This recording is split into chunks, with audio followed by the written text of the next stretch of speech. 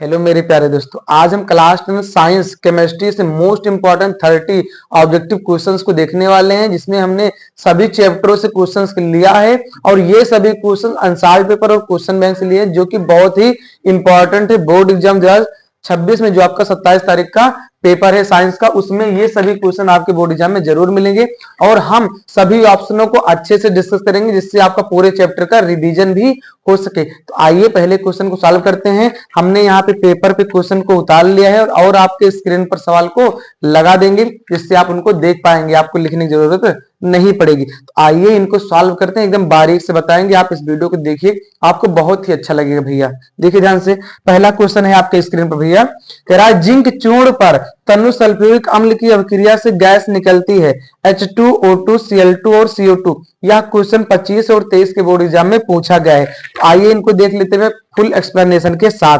देखिए ध्यान से भैया, इसको बताने से पहले आपको कुछ बातें बता देते हैं। जब कभी भी कोई धातु भैया क्या कहेगी, धातु तनु अम्ल से अभिक्रिया करेगी, किससे करेगी भैया, आपको तनु अम्ल से अभिक्रिया करेगी कभी भी भैया, तब आपका सदैव सदैव भैया संगत लवण बनेगा। संगत क्या बनेगा भैया, लवण बनेगा और आपका हाइड्रोजन गैस सदैव रिलीज होती है। सदैव सदैव क्या निकलेगी भैया, हाइड्रोजन गैस रिलीज होती है। तो जब कभी भी कोई भी धातु भैया तनु अम्ल से अभिक्रिया करेगी तो लवण बनेगा और कौन सी गैस निकलेगी, हाइड्रोजन गैस। इसमें भैया जिंक चूर्ण है तो जिंक का फार्मूला क्या होता है, Zn। ये एक आपका एक धातु है भैया, किससे कर रहा है, तनु सल्फ्यूरिक अम्ल। तनु सल्फ्यूरिक अम्ल को ही हम तेजाब कहते हैं। इसका फार्मूला होता है भैया H2SO4। ये रिएक्शन करेगा भैया यहाँ पे तो Zn और SO4 बना देगा आपका ZnSO4 जिंक सल्फेट। क्या बना देगा, जिंक सल्फेट, प्लस में आपका हाइड्रोजन गैस निकल जाएगी। तो आप बताइए भैया कौन सी गैस निकलेगी इसमें, हाइड्रोजन गैस। तो इसका ऑप्शन नंबर 1 क्या हो जाएगा, राइट आंसर। क्या हो जाएगा आपका भैया, राइट आंसर। उम्मीद करती है पहला क्वेश्चन आपको अच्छे तरीके से समझ में आ गया होगा। और यह भैया धातु का जो धातु है ना भैया, धातु के रासायनिक गुणधर्म है जब हम अम्ल से अभिक्रिया कराते हैं तब। कोई दिक्कत है भैया। और ये जो आप रिएक्शन देख पा रहे हैं ना भैया, ये आपका विस्थापन अपक्रिया का एग्जाम्पल है। किसका एग्जाम्पल है, विस्थापन अपक्रिया। विस्थापन अपक्रिया किसे कहते हैं भैया, वह रासायनिक अपक्रिया जिसमें अधिक क्रियाशील पदार्थ कम क्रियाशील पदार्थ को उसकी यौगिक से क्या कर देते हैं, विस्थापित कर देते हैं, उसे हम विस्थापन अपक्रिया कहते हैं। उम्मीद करते हैं सवाल आपको अच्छे समझ में आ गया होगा। आइए दूसरा सवाल देखते हुए, ये सवाल बहुत ही इंपॉर्टेंट एनसीईआरटी 19, 22, 23, 24 में पूछा गया भैया।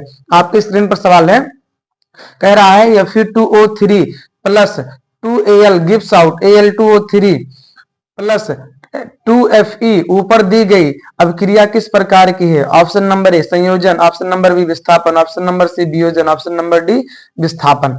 यहाँ पर देखिए भैया, आइए इनको बताते हैं दूसरे नंबर सवाल को। दूसरे नंबर का भैया यहाँ पे देखिए Fe2 और O3 यहाँ लिख के समझा रहे हैं आपको।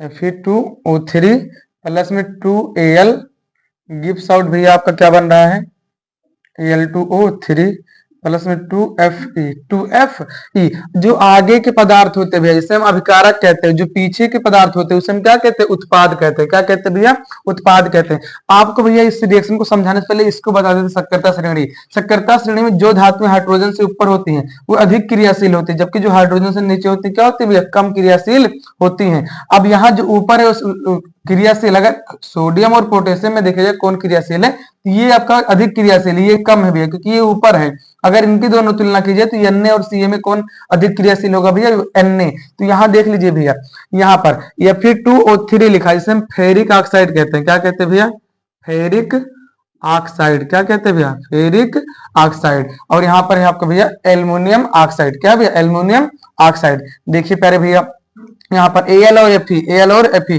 Al देखिए भैया यहाँ पे Fe से क्या है, ऊपर है, ऊपर है कि नहीं भैया। तो Al Fe को क्या कर दे रहा है, विस्थापित कर दे रहा है। क्या कर दे रहा है भैया, विस्थापित कर देता है। और जिस अपक्रिया में अधिक क्रियाशील पदार्थ कम क्रियाशील को विस्थापित कर देते हैं उसे कौन सी अपक्रिया कहते हैं भैया, विस्थापन अपक्रिया कहते हैं। क्या कहते हैं भैया, विस्थापन अपक्रिया कहते हैं। तो इसका राइट आंसर हो जाएगा ऑप्शन नंबर भैया डी। ऑप्शन नंबर क्या हो जाएगा, डी। उम्मीद करती है समझ में आ गया होगा अच्छे से। आइए भैया इनके जो ऑप्शन है उनको डिस्कस कर लेते हैं। आपसे कोई कहे भैया संयोजन अपक्रिया किसे कहते हैं, इसको बता दे रहे प्यारे भैया।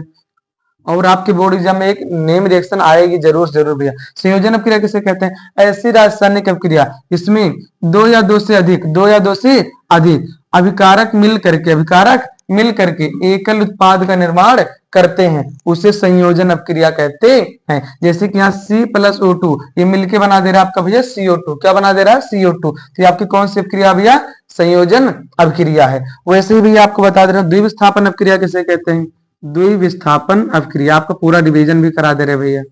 द्विविस्थापन अपक्रिया क्या होता है, ऐसी रासायनिक अपक्रिया, ऐसी रासायनिक अपक्रिया जिसमें अभिकारकों के बीच आयनों का आदान प्रदान होता है उसे द्विविस्थापन अपक्रिया कहते हैं। एग्जाम्पल देख लीजिए यहाँ पे Na2SO4 sodium sulphate plus BaCl2 barium chloride. अब देखिए भैया Na प्लस होता है, SO4 माइनस होता है, Ba प्लस होता है और Cl2 माइनस होता है भैया। Na और Cl आपका बना देगा भैया यहाँ पे NaCl, क्या बना दे रहा है भैया NaCl, और Ba और यहाँ पे SO4 बना देगा आपका BaSO4, इसे हम बेरियम सल्फेट कहते हैं। क्या कहते हैं भैया, बेरियम सल्फेट, क्या कहते हैं भैया सल्फेट। ये आपका लवण है, क्या भैया लवण, इसका नाम है सोडियम क्लोराइड, क्या नाम है भैया सोडियम क्लोराइड। तो आप यहाँ पर देख पा रहे होंगे भैया अभिकारकों के बीच आयनों का क्या हो रहा है, आदान प्रदान, और जहां अभिकारकों के बीच आयनों का आदान प्रदान होता है उसे द्विविस्थापन अपक्रिया कहते हैं। उम्मीद करते ये दोनों भी आपको समझ में आ गया होगा भैया।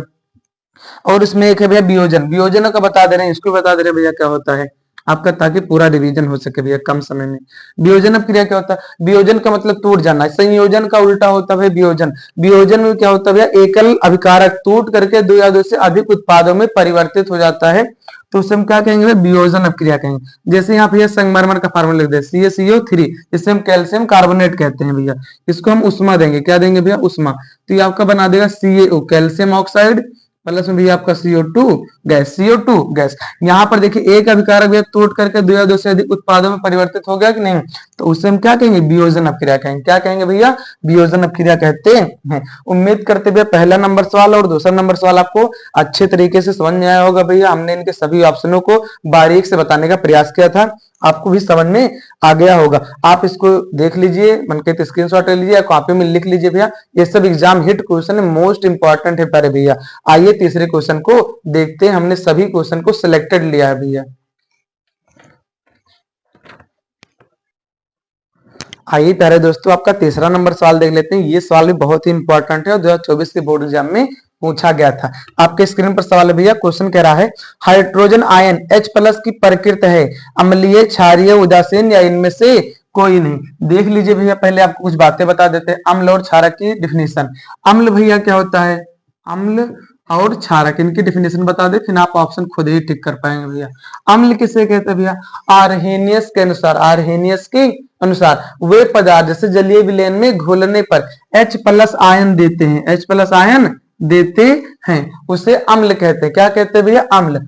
और क्षारक की परिभाषा क्या होती है भैया, आर्हेनियस के अनुसार वे पदार्थ जैसे जलीय विलयन में घुलने पर OH- आयन देते हैं, उससे हम क्या कहते हैं भैया, क्षारक। क्या कहते हैं, क्षारक। तो देखिए भैया, जो अम्ल होता है अगर कहीं H+ दिखे तो अम्लीय प्रकृति का है, OH- दिखे तो क्षारीय प्रकृति का होता है। H+ को हम कहते हैं हाइड्रोजन आयन। क्या कहते हैं भैया, हाइड्रोजन आयन या हाइड्रोनियम आयन भी कहा जाता है, तब अम्ल होता है। और यहाँ पे भैया कहेंगे हाइड्रोक्साइड, क्या कहेंगे, hydroxide ion, hydroxide ion. Writing थोड़ा अच्छी नहीं लेकिन बोल रहे हैं एकदम अच्छे भैया, हाइड्रोक्साइड आयन। तो अगर भैया H+ आयन कहीं दिखाई देता तो आपका क्या होगा, अम्ल होगा भैया कि क्षार होगा, क्या होगा भैया, क्षार। तो इसकी प्रकृति हो जाएगी भैया आपकी अम्लीय। क्या हो जाएगी भैया, अम्लीय। Option number A, option number A is the right answer. कैसे हो जाएगा भैया, अम्लीय। H+ कहीं दिखेगा तो अम्ल होगा, OH- कहीं दिखेगा तो क्या होगा भैया, क्षारक होगा। क्या होगा भैया, क्षारक होगा। तो उम्मीद करते पहला क्वेश्चन आपको समझ में आ गया होगा। आइए भैया चौथा नंबर क्वेश्चन को देखते हैं। चौथा नंबर क्वेश्चन कह रहा भैया शुद्ध जल का पीएच मान है, ये कितना इंपॉर्टेंट है आप देख पा रहे होंगे। VIMP 25, 24, 23, 22, 19, 18, 17, 14, 11 इतनी बार पूछा गया भैया। कह रहा है शुद्ध जल का पीएच मान है 0 और 1, 7, 14। तो इसका राइट आंसर हो जाएगा भैया, अभी यहाँ पे राइट आंसर हो जाएगा आपका सी। क्या हो जाएगा भैया आपका सी, 7 होता है। शुद्ध जल बोले भैया आसुत जल बोले उसका पीएच मान कितना होता है भैया 7 होता है। क्या होता है 7। आइए आपको एकदम अच्छे से इनके सभी चीजों को रिवीजन करा देते हैं। देखिए ध्यान से भैया, ये आप पीएच स्केल पढ़े होंगे। क्या पढ़ेंगे पीएच स्केल। देखिए ध्यान से, बीच में आपका होता है भैया 7, यहाँ होता है 0, यहाँ होता है भैया 14। अगर 0 से 7 है भैया तो उसकी प्रकृति होती है अम्लीय। क्या होता है भैया अम्लीय। अगर 7 है तो क्या होता है उदासीन। क्या होता है भैया उदासीन। और यहाँ पे 7 से आगे और 14 से कम है भैया तो ये होगा क्षारक। कैसे होगा भैया क्षार। क्या होगा क्षार। तो जिसका पीएच मान भैया क्या होगा 0 से 7 के बीच में होगा अम्ल होगा, 7 पे उदासीन होगा, और भैया 7 से आगे और 14 से कम क्या होगा आपका क्षार होगा। क्या होगा भैया क्षार। तो जो आपका जल होता है आशुद्ध जल बोले, शुद्ध जल बोले या जल बोले, उसका पीएच मान कितना होता है भैया 7। क्या होता है 7। आपको एक गाने के थ्रू बताने का प्रयास करें, जैसे 7 समुंदर पार में तेरे पीछे पीछे आ गई। तो 7 मतलब 7 समुद्र में पानी भी होता है नमक भी होता है। तो नमक और पानी दोनों का पीएच मान कितना होता है भैया 7। आप ऐसे भी याद कर सकते हैं। तो नमक का पीएच मान कितना होगा 7, और चाहे शुद्ध जल कहे या आशुद्ध जल कहे उसका पीएच मान कितना होगा भैया 7। 7 पर उदासीन होता है, 7 से कम आपका अम्ल होता है, 7 से अधिक क्या होता है भैया क्षार। हमने सभी चीजों को आपको रिविजन करा दिया। और आपसे कोई पूछे पीएच मान की खोज किसने की थी, तो सोरेनसन ने। किसने की थी भैया सोरेनसन ने। इनका पूरा नाम था एचपी सोरेनसन नामक वैज्ञानिक ने पीएच मान की खोज की थी। पीएच का फुल फॉर्म क्या होता है power of hydrogen. Power of क्या होता है भैया हाइड्रोजन होता है। आइए भैया अब हम 5 नंबर सवाल को देखते हैं। यहाँ पर 5 नंबर सवाल कह रहा भैया धावन सोडा के एक अणु में जल के अणुओं की संख्या होती है। 2024 में पूछा गया भैया 2, 5, 8, 10। तो पहले भैया धावन सोडा का आपका फार्मूला पता होना चाहिए। क्या पता होना चाहिए भैया धावन सोडा का फार्मूला। अगर धावन सोडा का फार्मूला पता रहेगा तो आप खुद बता पाएंगे।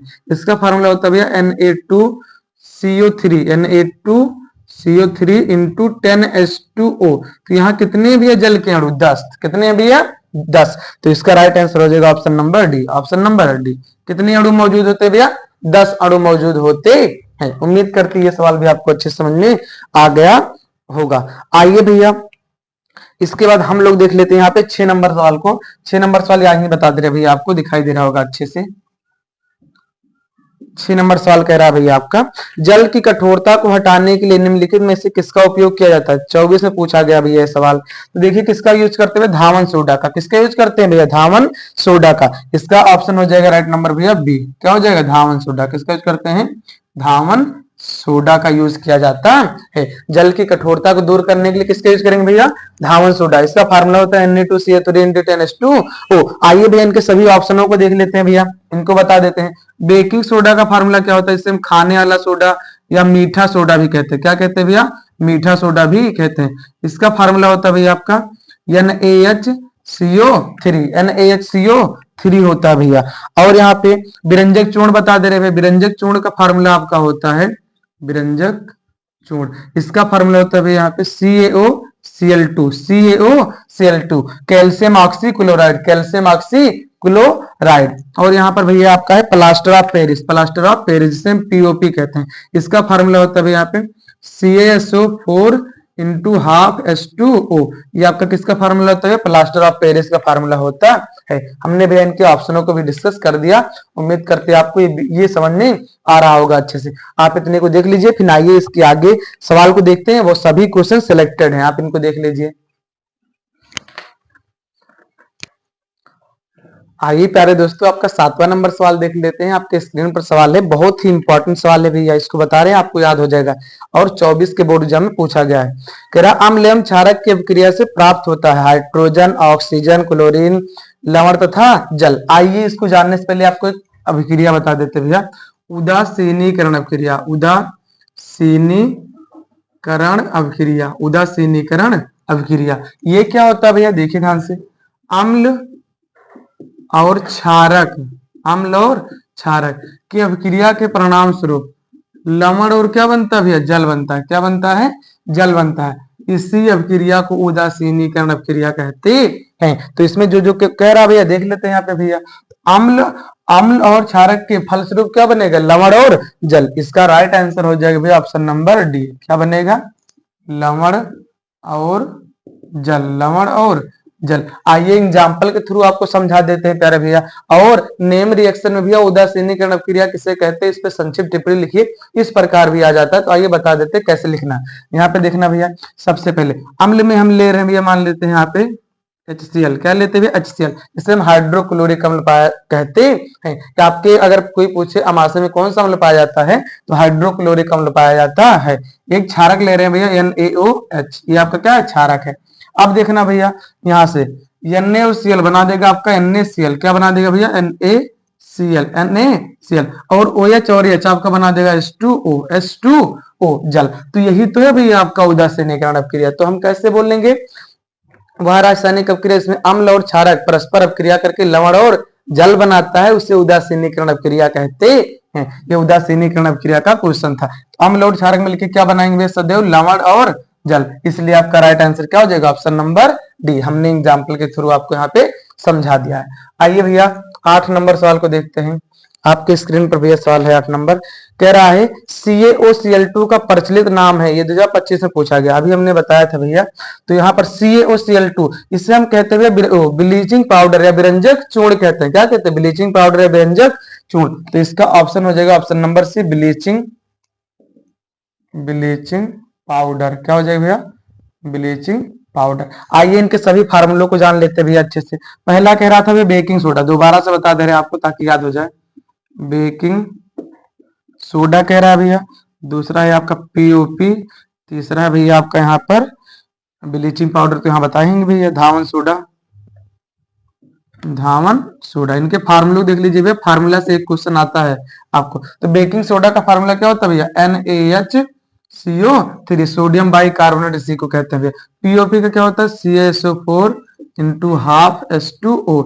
धावन सोडा क्या होता है भैया, Na2CO3 इंटू 10H2O।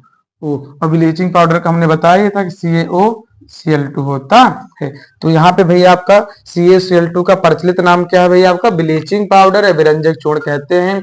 कोई दिक्कत करे भैया, उम्मीद करते 8 नंबर तक सवाल आपको अच्छे से समझ में आ रहा होगा। आइए भैया 9 नंबर सवाल देखते हैं। यहाँ देख लीजिए भैया 9 नंबर सवाल कह रहा है, पृथ्वी की भूपरपटी में प्राकृतिक रूप से पाए जाने वाले तत्व या यौगिकों को कहते हैं अयस्क, गैंग, खनिज, धातु। तो इसे हम क्या कहते हैं भैया, खनिज कहते हैं। क्या कहते हैं भैया, खनिज की डिफिनेशन है पूरी। तो इसका राइट आंसर हो जाएगा ऑप्शन नंबर सी, खनिज कहते हैं। क्या कहते हैं भैया, खनिज कहते हैं। आइए इनके ऑप्शनों को देख लेते हैं भैया। अयस्क क्या है, अयस्क क्या होता है भैया, खनिज से प्राप्त धातुओं को कम लागत व आसानी से प्राप्त करने की प्रक्रिया को ही अयस्क कहते हैं। क्या कहते हैं भैया, अयस्क कहते हैं। गैंग क्या होता है भैया, खनिज में पाए जाने वाले मिट्टी, कंकड़, रेत आदि अशुद्धियों को हम क्या कहते हैं, गैंग कहते हैं। क्या कहते हैं, गैंग। इसी को आधात्री और मैट्रिक्स भी कहते हैं। क्या कहते हैं भैया, मैट्रिक्स भी कहते हैं। धातु किसे कहते हैं भैया, वे तत्व जो इलेक्ट्रॉनों को त्याग कर धनायन बनाने की प्रवृत्ति रखती हैं, उन्हें धातु कहते हैं। और आपसे एक क्वेश्चन पूछा था भैया, चाकू से काटे जा सकने वाली धातु का नाम क्या है, सोडियम। क्या नाम है भैया, सोडियम। उम्मीद करती है वाला सवाल भी आपको समझ में आ गया होगा प्यारे भैया। तो क्वेश्चन था कि पृथ्वी की भूपरपट्टी में प्राकृतिक रूप से पाए जाने वाले तत्व यौगिकों को कहते हैं खनिज कहते हैं। और पेपर में ऐसे आ जाए भैया, खनिज किसे कहते हैं लिखिए, तभी आप भैया इसी डिफिनेशन को लिख डालेंगे तो आपका 2 नंबर मिल जाएगा। आइए भैया 10 नंबर सवाल को देखते हैं। 10 नंबर सवाल कह रहा भैया आपका एंटीमनी है, उपधातु है, धातु है, अधातु है, अक्रिय गैस है। क्या भैया, अक्रिय गैस। तो एंटीमनी भैया आपका एक उपधातु है। क्या भैया, उपधातु, इसलिए इसका राइट आंसर हो जाएगा ई, उपधातु है। क्या भैया, उपधातु। अब उपधातु किसे कहते हैं भैया, तो आइए सबसे पहले धातु को जान लेते हैं। वे तत्व जो इलेक्ट्रॉनों को त्याग कर धनायन बनाने की प्रवृत्ति रखते हैं, उन्हें धातु कहते हैं। हाँ भैया, पक्का। जैसे सोडियम हो गया, एल्युमिनियम हो गया, लोहा हो गया। फिर उसके बाद अधातु देख लेते हैं। वे तत्व जो इलेक्ट्रॉनों को ग्रहण कर ऋणायन बनाने की प्रवृत्ति रखते हैं, उन्हें अधातु कहते हैं। उम्मीद करती है ये भी समझ में आ गया। और जिनमें दोनों के गुण पाए जाते, धातु अधातु दोनों के गुण पाए जाते हैं, उन्हें उपधातु कहते हैं। जैसे कि आपका एंटीमनी हो गया, आर्सेनिक हो गया, सिलिकॉन हो गया, जर्मेनियम हो गया, ये सब आपके क्या होते हैं, उपधातु होते हैं। उम्मीद करती है आपको समझ में आ गया। और जो 18वें समूह के तत्व होते हैं, उन्हें अक्रिय गैस कहते हैं। तो हमने भैया सभी ऑप्शनों को यहाँ पर डिस्कस कर दिया है। 18वें समूह क्या होना था भैया, मैंने ट्रिक से आपको पता होगा। तो हैना, नेहा और करीना का एक्सरे रंगीन, जो आपका 18वें समूह में आता है आवर्त सारणी में, उन्हें अक्रिय गैस कहते है। तो हमने भैया यहाँ पे आपका राइट आंसर बताया, क्या हो जाएगा, उपधातु। क्या हो जाएगा भैया, उपधातु। उपधातु किसे कहते हैं, जिसमें तत्व, जिसमें धातु और अधातु दोनों के गुण पाए जाते हैं, उसे उपधातु कहते हैं। यहां तक उम्मीद करते समझ में आ गया होगा। आइए भैया 11 नंबर सवाल देखते हैं। 11 नंबर सवाल ये कह रहा है, साधारण ताप पर द्रव धातु है, 2022 से पूछा गया है, MgCuCrHg। यहाँ पर पूछ रहा भैया साधारण ताप पर द्रव धातु है, तो ये आपका होता है मरकरी। क्या होता है भैया, mercury. Option number D, Hg जिसे कहते हैं। क्या कहते हैं भैया, Hg। इसी को ही हम पारा कहते हैं या मरकरी कहते हैं। क्या कहते हैं भैया, मरकरी कहते हैं। अगर लेकिन भैया अगर आपसे आधात पूछ लेता, क्या पूछ लेता भैया, आधातु सामान्य ताप पर भैया, तब यहाँ पर हो जाता ब्रोमीन। क्या हो जाता भैया, ब्रोमीन। हमसे क्या पूछा था भैया, धातु, तब हो जाएगा पारा। अगर आधातु पूछता भैया तो ब्रोमीन हो जाएगा। इसका फॉर्मूला होता है Br। क्या होता है भैया, Br। उम्मीद करते हुए 11 नंबर सवाल भी आपको अच्छे तरीके से समझ में आ गया होगा। इस टाइप से भैया बहुविकल्पीय क्वेश्चन आते हैं। आप यहाँ तक देख लीजिए भैया, फिर आइए इसके आगे हम नेक्स्ट क्वेश्चन को देखते हैं। ये सभी क्वेश्चन इंपॉर्टेंट है भैया। आइए प्यारे दोस्तों, आपका 12 नंबर सवाल देख लेते हैं। ये सवाल भैया डिफिनेशन में 2 नंबर में पूछी जाती है और ऑप्शनल क्वेश्चन भी पूछा गया, आपको बहुत अच्छे समझाएंगे भैया। कह रहा है कार्बन गैस को सीमित वायु में अथवा वायु की अनुपस्थिति में उच्च ताप तक गर्म करके ऑक्साइड प्राप्त करने की प्रक्रिया कहलाती है निस्तापन, भर्जन, प्रगलन, ऐश का सांद्रीकरण। तो इसे हम कहते हैं निस्तापन। ऑप्शन नंबर क्या हो जाएगा, ए, निस्तापन। क्या कहते हैं भैया, निस्तापन। आइए इसको एग्जाम्पल के थ्रू समझते हैं भैया। कह रहा है कार्बोनेट। कार्बोनेट का मतलब कहीं होता है CO3। कहीं आपका CO3 दिखाई दे तो उसे हम क्या कहेंगे, कार्बोनेट कहेंगे। क्या कहेंगे भैया, कार्बोनेट। अब जो धातु जुड़ा होगा उसके नाम के साथ बोलेंगे। जैसे कि भैया यहाँ पे ZnCO3, ZnCO3 ये आपका भैया जिंक कार्बोनेट। क्या भैया, जिंक कार्बोनेट, कार्बोनेट। इसको भैया गर्म करके, क्या करके भैया, गर्म करके, गर्म करके हमें किसमें चेंज कर देना, अगर ऑक्साइड में, ऑक्साइड का मतलब होता है O। क्या लगा भैया, O।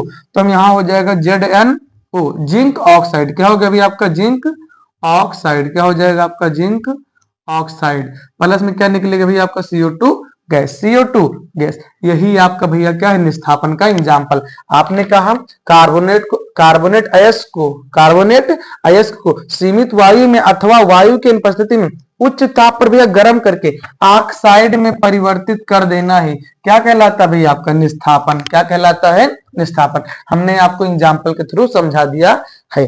आइए भैया हम लोग देख लेते हैं 13 नंबर सवाल को। 13 नंबर सवाल भैया कह रहा है आपके सामने, निम्नलिखित में से कौन सी धातु अम्ल से हाइड्रोजन विस्थापित नहीं करती है। तो देखिए ध्यान से भैया, उसके पहले उसके लिए आपको सक्रियता श्रेणी पता होना चाहिए। क्या पता होना चाहिए भैया, सक्रियता श्रेणी। जो धातुएं हाइड्रोजन से ऊपर हैं, जो धातुएं हाइड्रोजन से ऊपर हैं, वे हाइड्रोजन को उसके लवण से विस्थापित कर देंगे, जबकि जो धातुएं हाइड्रोजन से नीचे हैं, वे धातुएं भैया हाइड्रोजन को विस्थापित नहीं कर पाएंगी। तो देख लीजिए भैया यहाँ ऑप्शन को, ऑप्शन देखेंगे तो आपको समझ में आ जाएगा। पहला है Mg। Mg देखिए भैया ऊपर है, मतलब ये कर सकता है, हमसे नहीं वाला पूछा गया है। और Fe भी यहाँ पे हाइड्रोजन से क्या ऊपर है, ये भी विस्थापित कर देगा। Zn भी कर देगा, जबकि Cu भैया हाइड्रोजन से नीचे है, वो विस्थापित नहीं कर पाएगा। इसलिए इसका हो जाएगा भैया राइट आंसर यहाँ पे option number C. Option number क्या हो जाएगा, सी। Cu को हम कहते हैं कापर। क्या कहते हैं भैया, कापर। यह विस्थापित नहीं कर पाएगी, जो ऊपर है वही कर पाएंगे, जो नीचे है वो कर नहीं पाएंगे। आइए भैया हम लोग देख लेते हैं 14 नंबर सवाल भैया। 14 नंबर सवाल आपके स्क्रीन पर है। ये भी सवाल अच्छा सवाल है भैया। कह रहे पीतल है उपधातु, मिश्र धातु, यौगिक या विषमांगी मिश्रण। तो पीतल भैया आपका क्या है, एक मिश्र धातु है। क्या भैया, मिश्र धातु है। क्या भैया, मिश्र धातु है। और मिश्र धातु की डिफिनेशन आपके बोर्ड एग्जाम पूछी जाती है, तो आइए हम बता देते हैं मिश्र धातु किससे कहते हैं।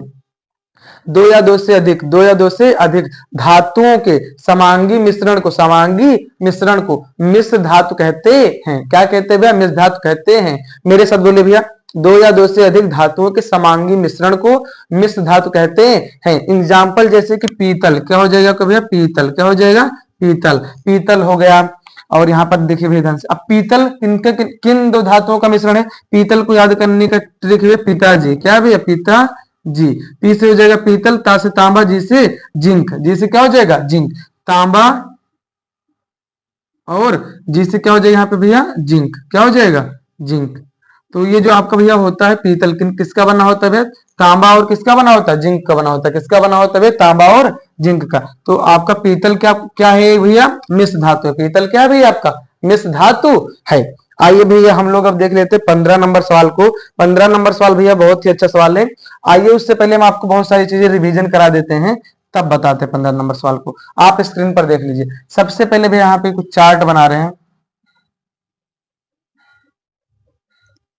हाइड्रोकार्बन ये दो होगा भैया आपका यहाँ पे संतृप्त, और दूसरा होता है भैया आपका असंतृप्त। क्या होता है भैया? असंतृप्त। संतृप्त में भी एल्केन आता है। कौन आता है भैया? एल्केन। कौन आता है? एल्केन। इसमें सिंगल बॉन्ड लगा रहेगा। क्या लगा रहेगा भैया? Single bond. इसमें दो लोग आते हैं भैया, एक एल्कीन होता है, दूसरा आपका एल्काइन होता है। क्या होता है भैया? एल्काइन। एल्कीन की पहचान डबल बॉन्ड, एल्काइन की पहचान भैया क्या होता है? Triple bond. इनके सूत्रों को लिख दे रहे भैया। एल्केन का जो सूत्र होता है CnH2n+2 होता है, और इसका होता है CnH2n, और इसका होता है एल्काइन का CnH2n-2 n-2। अब यहां से बताते भैया आपको। सबसे पहले हाइड्रोकार्बन किसे कहते हैं? हाइड्रोकार्बन किसे कहते हैं? वे यौगिक, वे कार्बनिक यौगिक जो हाइड्रोजन और कार्बन से मिलकर बने होते हैं उन्हें हाइड्रोकार्बन कहते हैं। क्या कहते हैं भैया? हाइड्रोकार्बन। हाइड्रोकार्बन में केवल केवल क्या रहेगा भैया? हाइड्रोजन रहेगा और कौन रहेगा? कार्बन। अब ये कितने प्रकार के होते हैं? संतृप्त दो प्रकार के होते हैं, संतृप्त हाइड्रोकार्बन और असंतृप्त हाइड्रोकार्बन। संतृप्त किसे कहेंगे भैया? ऐसे हाइड्रोकार्बन जिनमें कार्बन कार्बन परमाणु के मध्य सिंगल बॉन्ड पाया जाएगा उसे संतृप्त हाइड्रोकार्बन कहेंगे। और जिसमें भैया डबल बॉन्ड और ट्रिपल बॉन्ड दोनों पाए जाएंगे भैया उसे हम क्या कहेंगे? असंतृप्त हाइड्रोकार्बन कहते हैं। ये कितने प्रकार के होंगे? दो, एक एल्कीन दूसरा एल्काइन। एल्कीन की पहचान क्या भैया? ऐसे असंतृप्त हाइड्रोकार्बन जिनमें कार्बन कार्बन परमाणु के मध्य क्या हो? डबल बॉन्ड हो, उसे एल्कीन कहेंगे। और जिसमें ट्रिपल बॉन्ड होगा उसे क्या कहेंगे? एल्काइन। अब आप सवाल को देखिए भैया, कह रहा था एल्काइन का सामान्य सूत्र है, 2025 से पूछा गया था, फार्मूला बताना है। तो एल्काइन का क्या होगा भैया? CnH2n-2, CnH2n-2। ऑप्शन नंबर क्या हो जाएगा भैया? सी। ऑप्शन नंबर क्या हो जाएगा? CnH2n-2। Option number C. अगर एल्केन पूछता तो ये वाला हो जाता भैया, एल्किन पूछता तो आपका ये वाला हो जाता। उम्मीद करते इतनी बातें आपको अच्छी तरीके से समझ में आ गई होगी। आइए भैया 16 नंबर सवाल को देख लेते हैं हम लोग। आपके स्क्रीन पर सवाल है, बहुत ही अच्छा सवाल है भैया। कह रहा एथिल अल्कोहल का आईपीएससी नाम है। एथिल अल्कोहल का आईपीएससी नाम है। ऑप्शन ए भैया ethanol, option B methanol, option C acetic अम्ल, ऑप्शन डी भैया एथेनोइक अम्ल। तो एथिल अल्कोहल का आईपीएससी नाम होता है पहले भैया। इसको नाम जानने से पहले सबसे पहले आप एथिल अल्कोहल का फार्मूला जानिए। इसका फार्मूला होता है भैया यहाँ पे CH3 CH2OH CH2OH। ये आपका क्या होता है? Ethyl alcohol. क्या होता है भैया? Ethyl alcohol. क्या होता है? Ethyl alcohol. अब इसका आईपीएससी नाम देखेंगे, एक कार्बन दो कार्बन, दो कार्बन को हम कहते हैं एथ। क्या कहते हैं? एथ।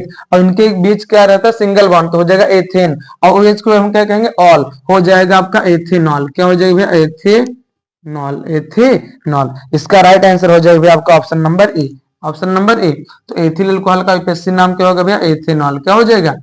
एथेनॉल। आइए इनके सभी ऑप्शनों को डिस्कस कर लेते हैं भैया। मेथेनॉल का फार्मूला क्या होता है भैया? ये देख लीजिए। तो मेथेनॉल का फार्मूला लिख दे रहे हैं भैया यहाँ पे, सबका बता दे रहे हैं आप लोग को ताकि ये रिवीजन हो जाए।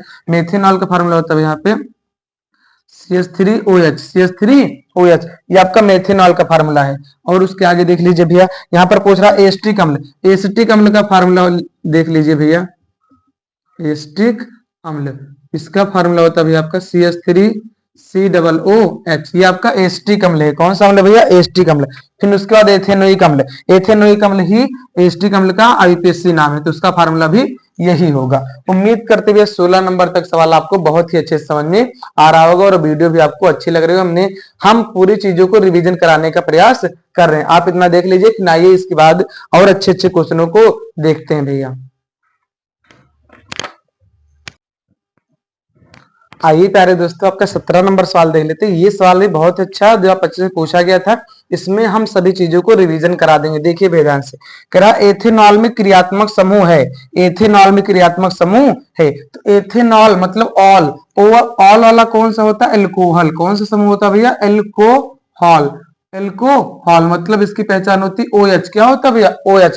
तो आपका लिखा है एथेनॉल, एथे नॉल, एथेनॉल। तो नॉल में क्या होगा, OH। क्या होगा भैया, OH। तो इसका राइट आंसर हो जाएगा ऑप्शन नंबर भैया सी, ऑप्शन नंबर सी। तो एथेनॉल में कौन सा क्रियात्मक समूह पाया जाए भैया, अल्कोहल। और इसकी पहचान क्या होती है, बॉन्ड OH, बॉन्ड OH। आइए इनके सभी ऑप्शनों को देख लेते हैं भैया। जो बॉन्ड COOH होता है, ये आपका कार्बोक्सिलिक समूह है। कौन सा समूह है भैया, कार्बोक्सिलिक समूह है।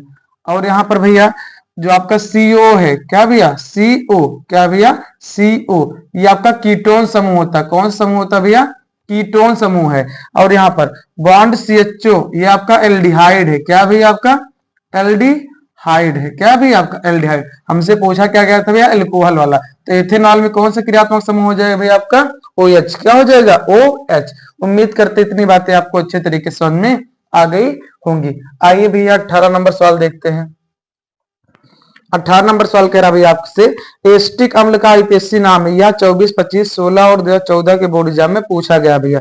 एस्टिक अम्ल का पहले फार्मूला लिखते हैं, फिर उसका आईपीएससी नाम बताते हैं। अभी हमने बताया था नीचे की साइड भैया। एस्टिक अम्ल का जो फार्मूला होता है CH3 bond CH2 bond COOH। यही आपका क्या होता है, एस्टिक अम्ल होता है। क्या होता है भैया, CH3COOH। ये नहीं रहेगा यहाँ पे, ये होता है CH3COOH, CH3COOH। यही आपका क्या है, एस्टिक अम्ल। क्या भैया, एस्टिक अम्ल, एस्टिक अम्ल। अब देखिए भैया, एक कार्बन, दो कार्बन, दो कार्बन को हम कहते हैं एथेन। क्या कहेंगे भैया, एथेन। और COOH को हम कहेंगे ओइक। क्या कहेंगे, ओइक। तो हो जाएगा आपका एथेनोइक। क्या हो जाएगा आपका भैया, एथेनोइक। और कार्बोक्सिलिक समूह है इसलिए अम्ल लगेगा, एथेनोइक अम्ल। तो एस्टिक अम्ल का आईपीएससी नाम हो जाएगा भैया आपका एथेनोइक अम्ल। इसका राइट आंसर हो जाएगा भैया option number B, option number B, ethanoic अम्ल। कोई आपसे पूछे एस्टिक अम्ल का आईपीएससी नाम क्या होगा भैया, तो आप बता देंगे एथेनोइक अम्ल। क्या होगा भैया, एथेनोइक अम्ल। आइए भैया इनके ऑप्शनों को देख लेते हैं, इनके फार्मूला बता देते हैं। एथेनॉल, एथेनॉल में भैया कौन से क्रियात्मक समूह पाया जाता है, OH। यहाँ पर आया ऑप्शन में। तो एथेनॉल का फार्मूला हम लिख देते हैं भैया, ये होता है आपका CH3CH2OH। ये आपका क्या है, एथेनॉल है। क्या है, एथेनॉल। और आपका भैया तीसरा ऑप्शन है मेथेनोइक अम्ल। तो मेथेनोइक अम्ल का फार्मूला होता है, इसको भी जान लीजिए भैया। मेथेनोइक अम्ल का जो साधारण नाम होता है, जानते हैं क्या होता है भैया, आप लोग कमेंट करके बताना क्या होता है। और बहुत ही इंपॉर्टेंट है भैया, ये हो जाएगा HCOOH, मेथेनोइक अम्ल के लिए। और प्रोपेनोइक, प्रोपेनोइक का फार्मूला होता है CH3CH2 और बाउंड COOH। ये आपका प्रोपेनोइक होता है, प्रोपेनोइक अम्ल, प्रोपेनोइक अम्ल। हमने भी यहाँ पे इनके ऑप्शनों को भी बता दिया है। उम्मीद करते हैं आपको ये समझ में आया होगा। तो क्वेश्चन था भैया एस्टिक अम्ल का आईपीएससी नाम होता है, तो हो जाएगा भैया एथेनोइक अम्ल। आइए भैया यहाँ पे 19 नंबर सवाल को देखते हैं। 19 नंबर सवाल भैया कह रहा है, श्रृंखलन का गुण किस परमाणु में पाया जाता है, 2024 में पूछा गया भैया।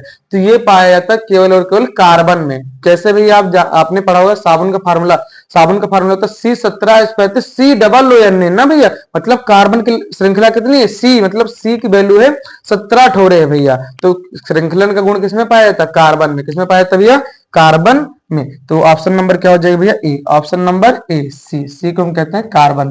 क्या कहते हैं भैया, कार्बन। कार्बन कोई आपसे पूछे धातु है का धातु है, तो ये आपका आधातु है। क्या है प्यारे भैया, कार्बन एक आपका क्या है, आधातु तत्व है। क्या भैया, आधातु है।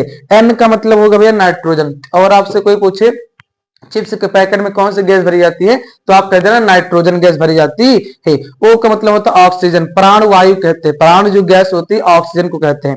एफ, एफ आपका होता है भैया फ्लोरीन। ये आपका सबसे विद्युत ऋणात्मक तत्व है। उम्मीद करते भैया आपको समझ में आया होगा। तो इसका श्रृंखलन का गुण किसमें पाया जाता है भैया, कार्बन में। फिर हमने इसके ऑप्शनों को डिस्कस कर दिया। नाइट्रोजन, नाइट्रोजन को कहाँ यूज करते हैं, चिप्स के पैकेटों में।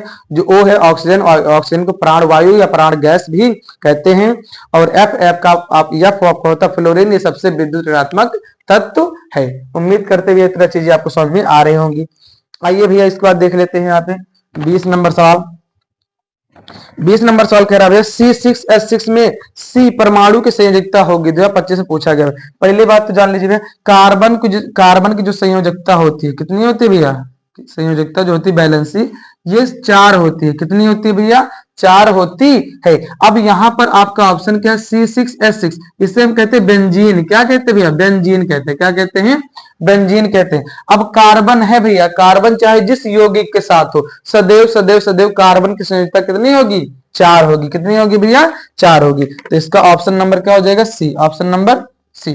कार्बन की संयोजकता कितनी होगी भैया? 4। अब वो चाहे जिस यौगिक के साथ हो उससे नहीं मतलब, लेकिन कार्बन है तो कार्बन की संयोजकता कितनी होगी भैया? 4 होती है। आइए भैया इसके आगे देख लेते हैं।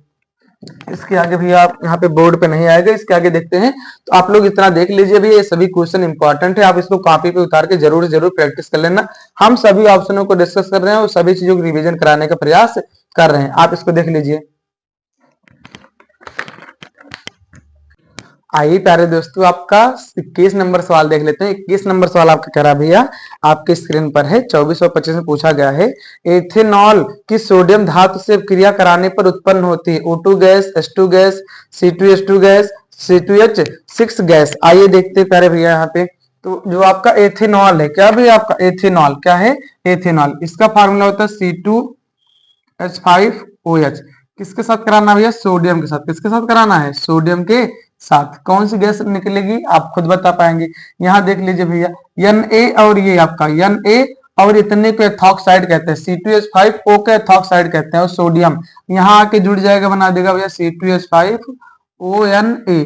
इसे हम कहते हैं सोडियम एथॉक्साइड। क्या कहते हैं भैया? Sodium ethoxide. और प्लस में भैया आपका हाइड्रोजन गैस क्या हो जाएगा? निकल जाएगा। कौन सा गैस निकल जाएगा भैया? Hydrogen gas. तो जब कभी भी भैया आपका यहाँ पे एथेनॉल या एथिल एल्कोहल इसी को कहते हैं भैया, एथिल एल्कोहल सोडियम से क्रिया करेगी, कौन सी गैस देगी भैया? Hydrogen gas. तो इसका राइट आंसर हो जाएगा भैया आपका option number B, option number B, hydrogen gas. कौन सी गैस भैया? हाइड्रोजन गैस निकलती है। आइए भैया अब हम लोग 22 नंबर सवाल को देख लेते हैं। यहाँ पे 22 नंबर सवाल कह रहा है भैया, प्रोपेन का रासायनिक सूत्र है। ये 24 में 23 में पूछा जा चुका है भैया। प्रोपेन, ये देखिए भैया ध्यान से, प्रोप के नंबर पे आता है। पहला आपने पढ़ा होगा कार्बन, तो मेथ है प्रोप, मतलब 3 कार्बन। कितने कार्बन होंगे भैया? 3 कार्बन। और ये आपका एल्केन वाला है। कौन सा है भैया? एल्केन वाला है। एन जहां आता है वो एल्केन होता है। इसका फार्मूला होता है CnH2n+2। कार्बन कितना है भैया? 3, तो यहाँ हो जाएगा C3। अब उन्हीं को 2 गुना करके 2 जोड़ दीजिए, 3 दूना 6, 2 कितना हो जाएगा? 8। कितना हो जाएगा? 8। तो ये आपका बन जाएगा प्रोपेन। क्या बन जाएगा भैया? प्रोपेन। या चाहे तो आप अगर इस सूत्र पर भी रखेंगे ना भैया, n के स्थान पे 3, तभी भी आपका बन जाएगा यही C3H8। ये आपका क्या भैया? प्रोपेन। तो प्रोपेन का फार्मूला हो जाएगा ऑप्शन नंबर बी, C3H8। आइए भैया इनके ऑप्शनों को देख लेते हैं। यहाँ पे जो CH4 है भैया आपका, CH4 को हम कहते हैं मेथेन। क्या कहते हैं भैया? मीथेन। या इसी को ही मार्स गैस कहते हैं। क्या कहते हैं भैया? मार्स गैस कहते हैं। इसका तीसरा ऑप्शन भैया क्या था? C4H10। यहाँ पे मतलब 4 नंबर पे क्या था? मेथ है प्रो ब्यूट। क्या था भैया? ब्यूट।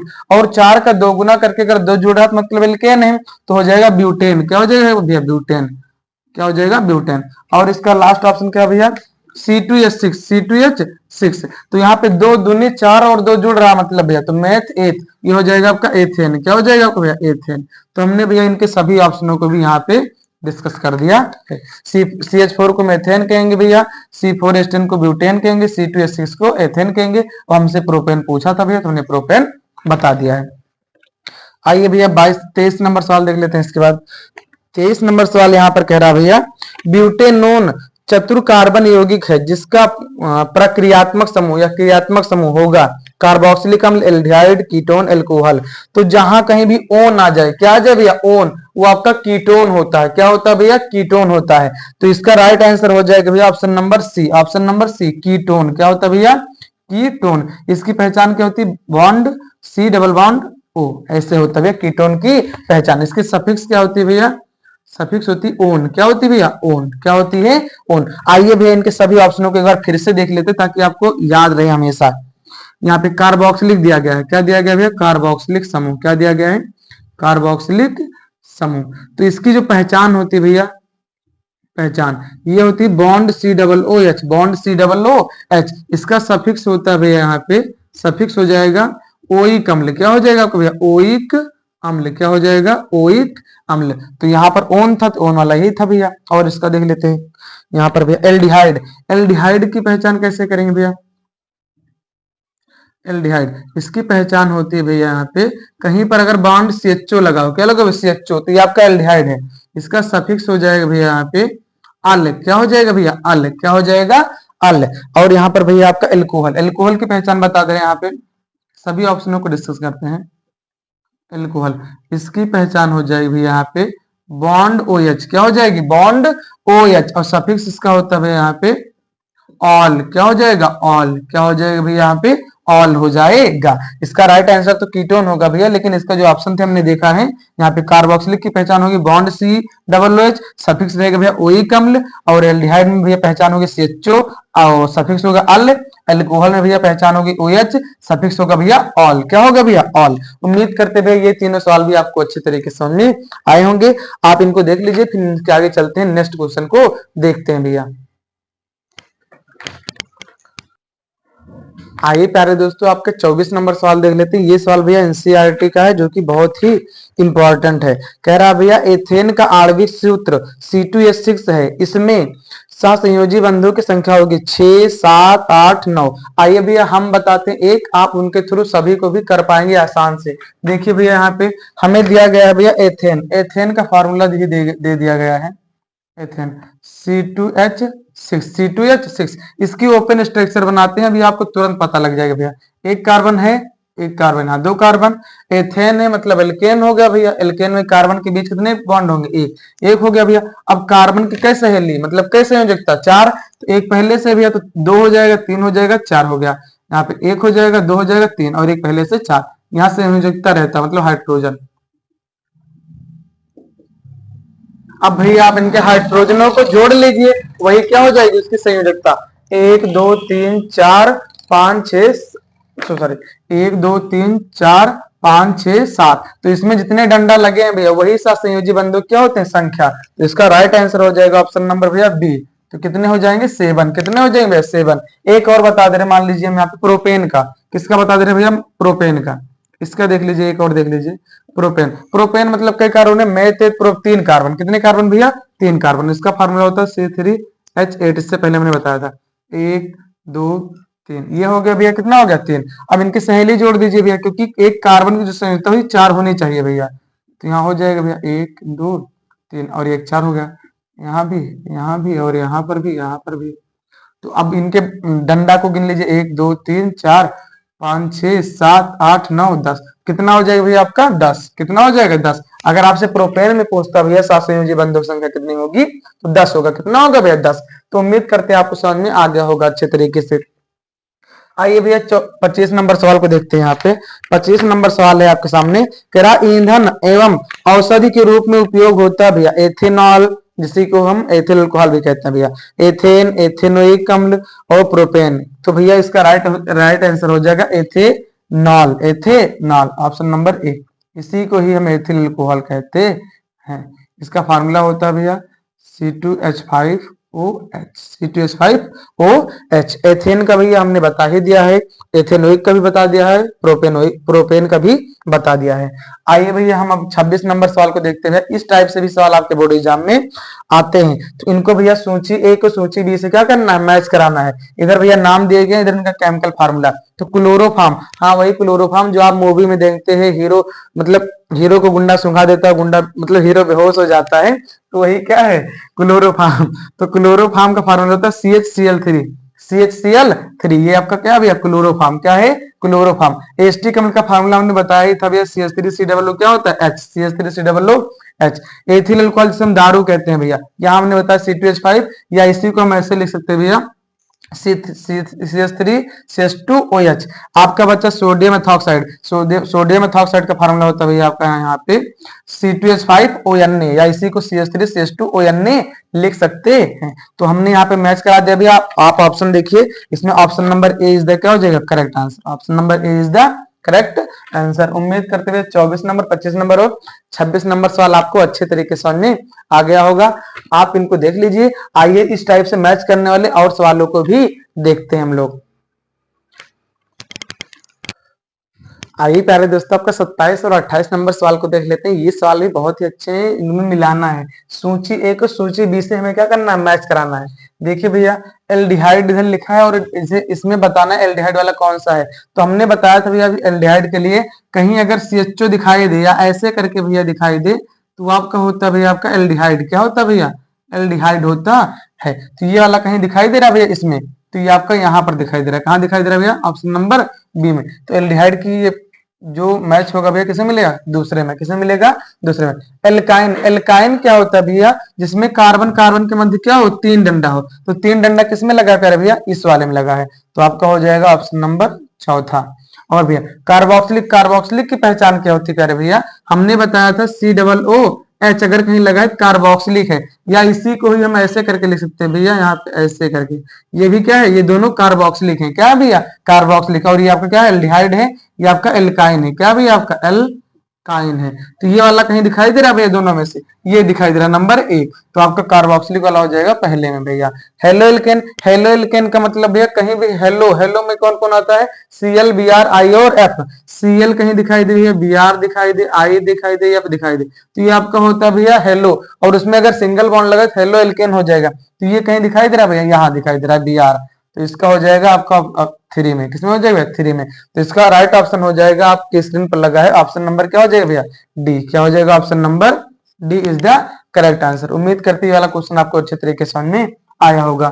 आइए भैया 28 नंबर सवाल देखते हैं। प्लास्टर ऑफ पेरिस, इसका उपयोग कहाँ करते हैं भैया? मूर्तियां बनाने में करते हैं, और दीवारों को चिकना बनाने के रूप में इसका करते हैं, और टूटी हुई हड्डियों को जोड़ने के रूप में भी प्लास्टर ऑफ पेरिस का प्रयोग करते हैं। तो प्लास्टर ऑफ पेरिस कहाँ जाएगा? मूर्ति के निर्माण में। मूर्ति के निर्माण में इसका फार्मूला क्या होता है? हमने बताया ही था, CaSO4 × ½ और कास्टिक जो सोडा होता है भैया, कास्टिक सोडा आपने पढ़ा होगा साबुनीकरण। क्या पढ़ा होगा भैया? साबुनीकरण। एक बार रिवीजन करा देते भैया। उच्च वासी अम्लों के सोडियम तथा पोटेशियम लवण साबुन कहलाते हैं, और इसे बनाने की प्रक्रिया को साबुनीकरण कहते है। तो कास्टिक सोडा का यूज करते हुए साबुन के निर्माण में। किसके निर्माण में? साबुन के निर्माण में। और जो सोडियम बाइकार्बोनेट होता है, मीठा सोडा, खाने वाला सोडा, ये आपका एक प्रकार से प्रति अम्ल होता है। क्या होता है भैया? प्रति अम्ल होता है। और ब्लीचिंग पाउडर जिसे हम विरंजक चूर्ण कहते हैं भैया, ये क्या करते हैं भैया? जीवाणुओं को क्या करता है? नष्ट करता है। तो ये कीटाणु नाशक, मतलब कीटाणुओं को मारने में उपयोगी होता है। तो इसको भी हमने मिला दिया है। तो यहाँ पे आप ऑप्शन देखिएगा प्यारे भैया, पहले का किसमें जाएगा? दूसरे में, और दूसरे का पहले में, और यहाँ पर तीसरे का चौथे में, और यहाँ पे चौथे का तीसरे में। आप ऑप्शन देख लेना भैया। उम्मीद करती है सवाल आपको अच्छे समझ में आया होगा। आइए इसके बाद हम देखते हैं भैया 29 नंबर और 30 नंबर सवाल को। ये सवाल भी बहुत ही इंपॉर्टेंट है। इस पैटर्न पर जब आते हैं तो बच्चे कर नहीं पाते, तो आप इनको प्रैक्टिस कर लीजिए जरूर से जरूर। आइए प्यारे दोस्तों, आपका 29 नंबर और 30 नंबर सवाल को देखते हैं। ये सवाल बहुत ही अच्छे सवाल है। आइए हम आपको बताते हैं। एसिटिक अम्ल, हमें मैच कराना है ए को बी से। एसिटिक अम्ल, एसिटिक अम्ल क्या होता है भैया? सिरका बनाने का काम आता है। किसको बनाने का काम आता है? सिरका। हमने एसिटिक अम्ल का फार्मूला और आईपीसी ने बता दिया पहला। तो एसिटिक अम्ल किसके यूज में आता है? सिरका बनाने में। किसको बनाने में? सिरका। एथेनॉल, एथेनॉल को भैया हम एथिल अल्कोहल कहते हैं। इसका यूज करते हैं भैया स्पिरिट बनाने में। क्या? सॉरी, स्पिरिट और विकृतीकृत स्पिरिट बनाने में, विकृतीकृत स्पिरिट बनाने में। कास्टिक सोडा भैया, ये क्वेश्चन रिपीट हुआ है। किसके निर्माण करते हैं? साबुन के निर्माण में। अपमार्जक क्या होता है भैया? जो कपड़ा होता है, कपड़ा साफ करने में हम लोग किसका यूज करते हैं? अपमार्जक का यूज करते हैं। तो आपका ऑप्शन नंबर क्या हो जाएगा? D is the correct answer. आप मैच करा लीजिए, स्क्रीन पर सवाल है। तो एसिटिक अम्ल का यूज कहाँ करते हैं? सिरका बनाने में भैया, एथेनॉल का स्पिरिट बनाने में, कास्टिक सोडा का भैया कपड़े साबुन के निर्माण में, अपमार्जक का भैया यूज कहाँ करते हैं? कपड़े साफ करने में। आइए 30 नंबर सवाल देख लेते हैं। ये भी सवाल बहुत अच्छा भैया। सबसे हल्का आध्यात्मिक तत्व, आध्यात्मिक मतलब क्या हो? जो धातु ना हो। तो सबसे हल्का आध्यात्मिक तत्व होता है आपका हाइड्रोजन। क्या होता है? हाइड्रोजन। और हाइड्रोजन को ही आवारा तत्व भी कहते हैं। और देख लीजिए द्रव धात्विक तत्व, ये भी क्वेश्चन रिपीट हुआ भैया। जो हमने बताया था समान ताप पर द्रव अवस्था में पाए जाने वाली धातु का नाम क्या होता है भैया? पारा। क्या होता है भैया? पारा, जिसको ही हम मरकरी कहते हैं। क्या कहते हैं भैया? मरकरी कहते हैं। और सर्वाधिक आघात वर्ध तत्व है, मतलब जिसको पतले से पतले तार के रूप में खींचा जा सके, वो है आपका भैया सोना। क्या है भैया? सोना है। क्या है? सोना। और सबसे अच्छी विद्युत की सुचालक धातु क्या है भैया? चांदी है। क्या है? चांदी। आइए भैया इसको देखते हैं। आधातु जो कि विद्युत की क्या है, सर्वश्रेष्ठ चालक है। जो पेल्सिन में लगी होती है ग्रेफाइट भैया, आप उसको कभी भी जहां करंट जा रहा है उसको टच करा के आप पीछे ना टच करिए, नहीं तो आपको करंट मार देगा। वो होता है भैया ग्रेफाइट। क्या होता है भैया? ग्रेफाइट। ग्रेफाइट एक आधातु होते हुए भी, वो जो धातु, जो आधातु है, आधातु होते हुए भी विद्युत क्या होती है? अच्छी चालक होती है। उम्मीद करते हैं मेरे प्यारे बच्चों, आपको हमने 30 क्वेश्चंस कराए जो कि टॉप लेवल के क्वेश्चन थे, जो कि आपके बोर्ड एग्जाम में यहीं से देखने को मिलेंगे। और आप अगर 7 नंबर आपको पक्का करना है तो इस वीडियो को देख लेना। और भी हम भैया 2 नंबर, 4 नंबर और क्या होता है जब, नेम रिएक्शन, सभी की वीडियो लेकर आने वाले में, ताकि आपका 25 तारीख को अच्छा से अच्छा स्कोर हो सके। और अगर आपको वीडियो अच्छी लगे तो आप वीडियो को शेयर जरूर करना। थैंक यू, बाय मेरे प्यारे दोस्तों।